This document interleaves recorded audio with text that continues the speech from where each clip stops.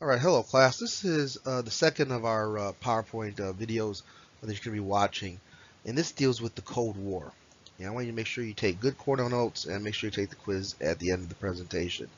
Now, what was the Cold War? Well, the Cold War was really a contest between the United States of America and then the Union of Soviet Socialist Republics, or the Soviet Union. This is what is Russia. And it basically uh, was a battle over ideology, over ideas.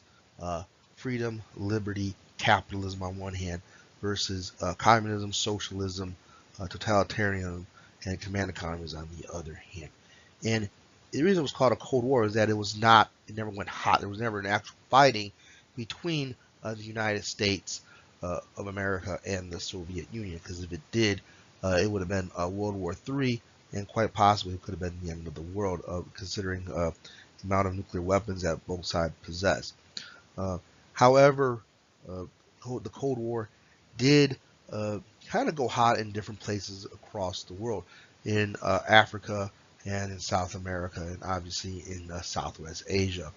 So sometimes in the Cold War you have these small proxy wars like the Korean War and the Vietnam War, and also you see the Cuban Revolution in Latin America. So this portion of the Cold War we're going to be talking about and how it relates to Europe.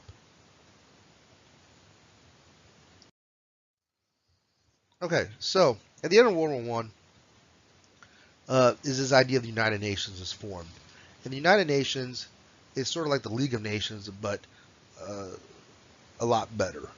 And one reason that why it makes it better, and that has been in existence for over 60 years, is that the United States of America is a founding member of the United Nations and is one of the permanent members of the UN Security Council. The United Nations is headquartered in New York City, and uh, the purpose is try to prevent future major wars. And even though there's been some wars since the end of World War II, there's never been a third World War. Okay, so remember, um, where the League of Nations failed in preventing World War II, we can say that as of now, the United Nations has been very successful at preventing a World War III.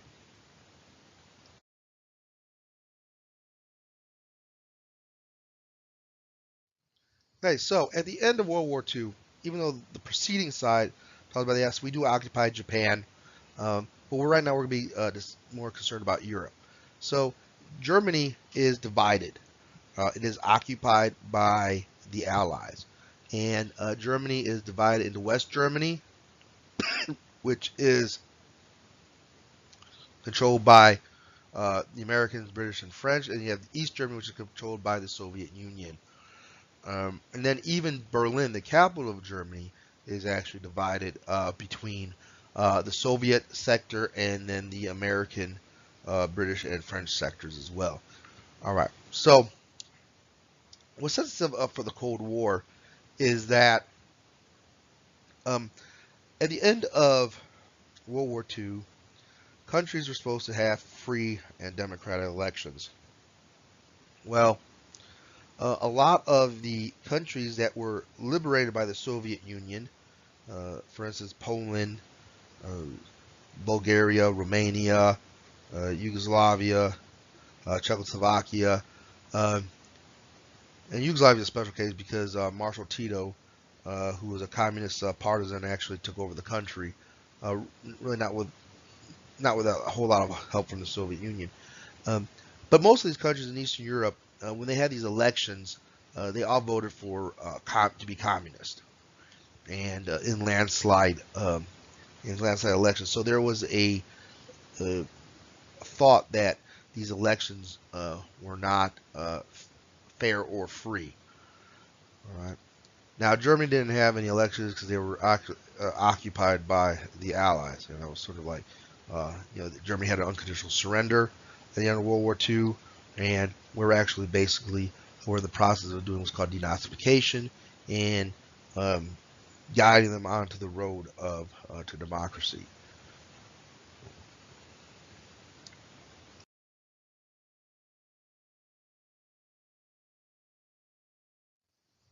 Okay, so it is like I said, the Cold War was really about values and ideas. The United States and the West um, was about democracy, or at least representative government. Okay, representative democracy, individual freedom, and a market economy, free markets, uh, capitalism, if you will.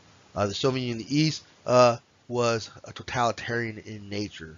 A lot of these all these communist countries had a secret police force, and political parties were outlawed except for the Communist Party. And you have state-centered communists. So you have total government control of the media and total government control of the economy, especially in the Soviet Union, where you really could not own a business um, or own private property. All right, everything was owned by the state or owned by the government. Okay, so um, one reason why the Cold War stayed cold and never went hot, if you will, was, like I said before, nuclear weapons.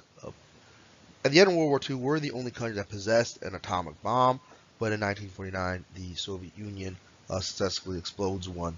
Then, obviously, in 1952, we have the first hydrogen bomb is tested, and much more powerful than the atomic bombs dropped on Hiroshima and Nagasaki. So, by the 1950s, both sides possessed nuclear weapons and have the capability of pretty much to destroy each other. But there were attempts to try to um, play one side off against the other, if you will, especially when it came with Europe. Um, and obviously in the 1960s with the Cuban Missile Crisis, the Soviet Union was going to try to put missiles into Cuba. And then we came pretty close to a nuclear war with the Soviet Union because of that. But through diplomacy by the Kennedy administration, we were able to avert nuclear war. So both sides knew it was at stake. So through diplomacy and negotiation, we managed to avoid it. All right. So um, at the in the 1950s, the Soviet Union puts the first satellite into orbit. Okay, Sputnik 1, right? Which means I think means in Russian means traveler. So this really has major implications for the United States. Our rocket program isn't doing very well, even though we have some of the best German scientists like Werner von Braun. Because at the end of World War II, Germans actually had a pretty decent rocket program, but we really couldn't get, pardon the pun, to really get it to launch our rocket program. So the Russians were able to get a bunch of German scientists as well, and they were able to go ahead and put the first uh, satellite into orbit. Now, this really, for the security of the United States, really has our leaders during the time scared, because if you could put a satellite in orbit on top of a rocket, you could also probably put a nuclear weapon on top of a rocket, and that nuclear weapon might be able to go ahead what we call first strike capability, and be able to go ahead and have the range to hit the U.S. mainland, and we would not be able to respond in kind. Because up until this time, if you really atomic weapons were only either used for tactically, like through a cannon, or you have to drop them from an airplane. So uh, the ability the Russians would have to could rely less on bombers penetrating American air defense and relying on missiles, which we have really no defense against. While we would still have to rely on bombers to penetrate Soviet air defenses. So really, the implications of the Russians being able to put the first satellite in orbit and therefore having a very successful rocket program is the development of nuclear missiles in order to change the balance of power on the nuclear battlefield. Okay, so with the advent of this Cold War, what happens is this too: is that the United States, along with the allies in Western Europe, formed NATO, North Atlantic Treaty Organization, and this organization was designed to deter Soviet aggression and deter the Soviet Union from moving west. And basically, Article 5 of the Washington Treaty, which was the treaty that formed NATO, was an attack against one NATO country would be considered an attack against all. And the only time that Article 5 was ever implemented was September 11th, 2001, with the attack on the World Trade Center. So NATO is still a part of, is still in being, and it's still very vital to the defense of Europe, even though the mission of NATO has changed somewhat. There's way to expand, not only dealing with the Soviet Union during the Cold War, but also terrorism in the 21st century. Okay, so we formed NATO, and what happened is the Soviet Union decides to go ahead and form their own defensive organization, and that was called the Warsaw Pact. And it was a defensive alliance for the Soviet Union and Eastern European countries. It was called the Warsaw Pact because the treaty was signed, well, in Warsaw, Poland, which is the capital of Poland.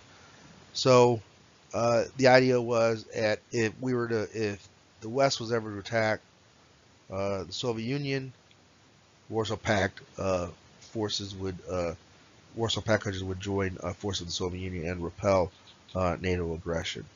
And then conversely, though, if the Soviet Union ever wanted to move west, the Warsaw Pact forces would have joined in as well. All right, so with all these countries falling into communism, especially in Eastern Europe, and then in Asia, you have North Korea becomes communist after the end of World War II. President Truman adopts his policy of containment, the Truman Doctrine. Okay, so the idea is that we're going to try to contain the Soviet Union, and we're going to go ahead and support any country that are trying to keep the communists out or fighting for a communist insurgency. This is usually with through a policy of supplying arms to countries who are struggling in the fight against communism. And then obviously later on, as we see in Vietnam, advisors, and then if necessary, military personnel. So the big thing is trying to contain the Soviet Union and the spread of communism, and try to keep it out of Asia, and keep it out of Western Europe, and keep it out of the Mediterranean, and keep it out of Latin America.